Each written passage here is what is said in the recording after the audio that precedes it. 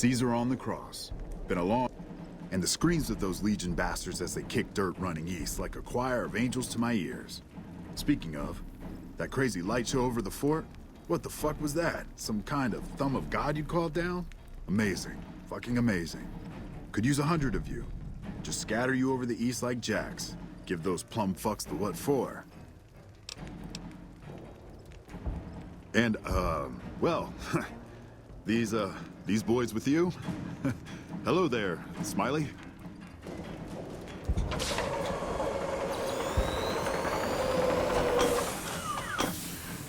Guess it ain't no secret how you, I say, can you ask them to put their weapons down? Was just reaching in my coat to give you a cigar.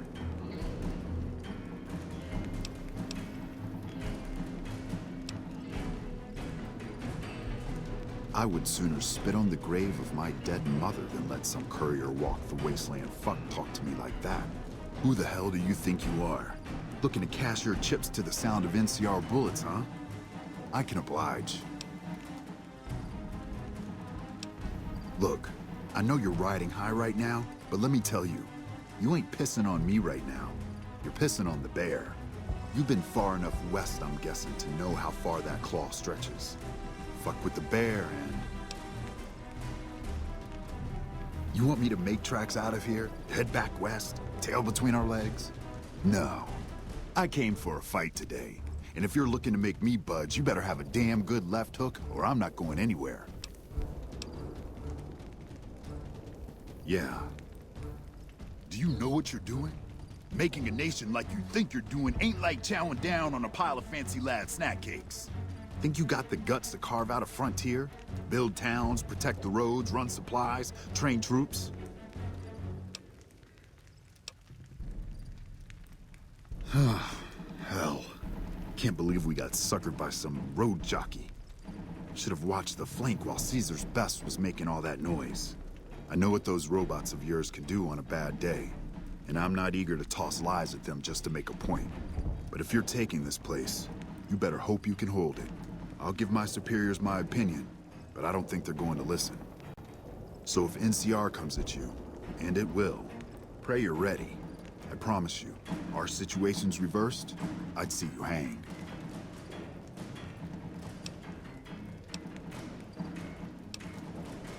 What the hell? No, get away from you goddamn TV on wheels.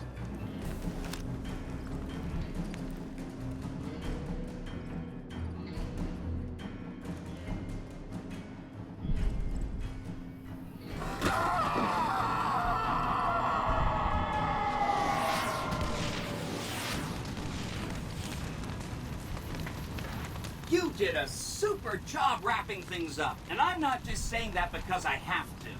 I didn't want to make a big deal about this until after we won, but, well, I found some code snippets of one of Mr. House's databanks that will let me, reprogram my personality to be a little more assertive, basically. So that's what I'm going to be doing, and it's going to take me a while, so it'll seem like I'm offline.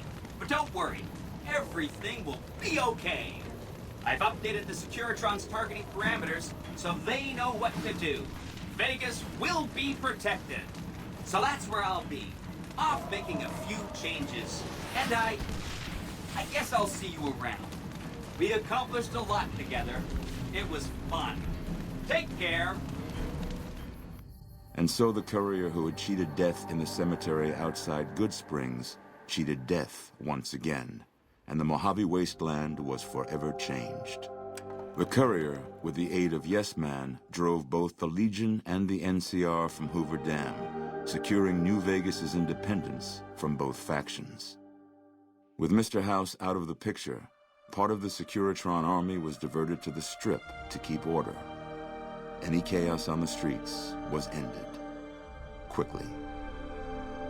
Chaos became uncertainty, then acceptance with minimal loss of life.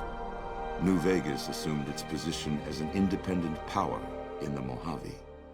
Supporting the ideals of independence, the courier was recognized as the man responsible for a truly free New Vegas. He ensured Mr. House's tyranny was broken, and neither Caesar's Legion nor NCR would ever gain control over New Vegas. Though some super mutants in Nightkin continued to journey to the legendary Utopia, they found little trace of its existence. Some eventually found their way to Jacobstown, but many wandered off into the wastes, confused and disheartened. Still grappling with self-doubt over his usefulness in the face of old age, Raoul was never able to find peace with himself. Eventually, he left the Mojave and assumed a new name, as he had done so many times before. Though the wasteland became anarchic after Hoover Dam, the Boomers' display of power dissuaded fortune seekers from attempting to penetrate Nellis. Buried beneath tons of rubble, the Mojave chapter of the Brotherhood of Steel was no more. Those few who were outside the Hidden Valley bunker when it was destroyed settled into new lives, or headed west to find a new chapter to join. The death of the Mojave Brotherhood came much too soon for Veronica, and in their absence, she felt truly lost. Yet in its wake, she took small comfort in her decision to remain by their side through their few remaining days. Their leaders destroyed by the Courier, the fiends scattered throughout the wasteland. Without the organization of Motor Runner, Cook, Violet, and Driver Nephi, they were easy prey. After the Courier ensured New Vegas remained free, the followers found that independent Vegas was even more unstable and violent than before. Old Mormon Fort became excessively burdened by the influx of patients, struggling to provide even the most basic of services. With New Vegas's independence formally declared, Goodsprings thrived. More travelers stopped by Goodsprings on their way to and from the Strip, and the locals grew prosperous from the traffic. In the years following the destruction of Cassidy caravans, NCR used evidence of the plot to blackmail the Crimson Caravan and the Van Graffs. NCR enacted strict trade laws with little resistance, strengthening their supply lines and their position in the Mojave. Rose of Sharon Cassidy died as her caravan died. In an unmarked grave, another victim of the Mojave. During the Battle of Hoover Dam, the Great Khans quickly evacuated Red Rock Canyon and headed north and east into the plains of Wyoming. There, they reconnected with the followers of the Apocalypse and rebuilt their strength. Bolstered by ancient knowledge of governance, economics, and transportation, they carved a mighty empire out of the ruins of the Northwest. Thanks to the Courier and Lily, a cure for the Nightkin schizophrenia was found shortly after Dr. Henry's experiment concluded. Nightkin and other super mutants in the wasteland flocked to Jacobstown, and the town became known as a haven where a mutant could find peace. Lily continued to take her medicine at half doses, and although she remembered her grandchildren, her mind remained muddled and confused.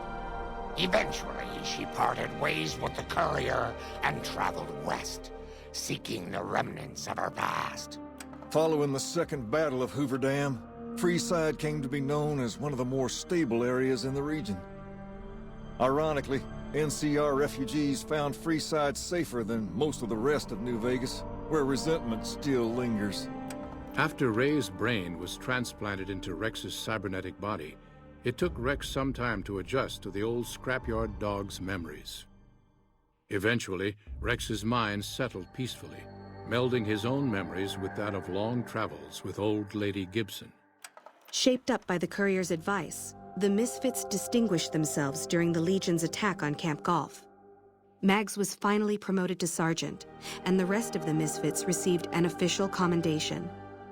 They continued to serve with distinction for many years.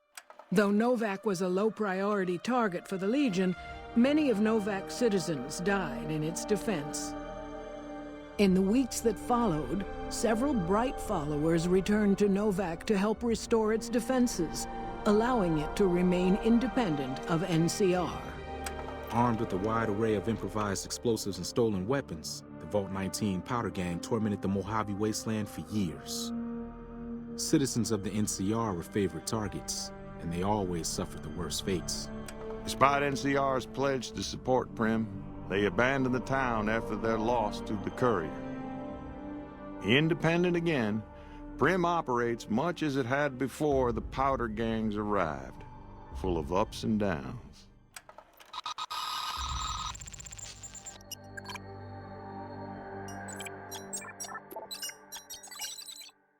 And so the Courier's Road came to an end, for now.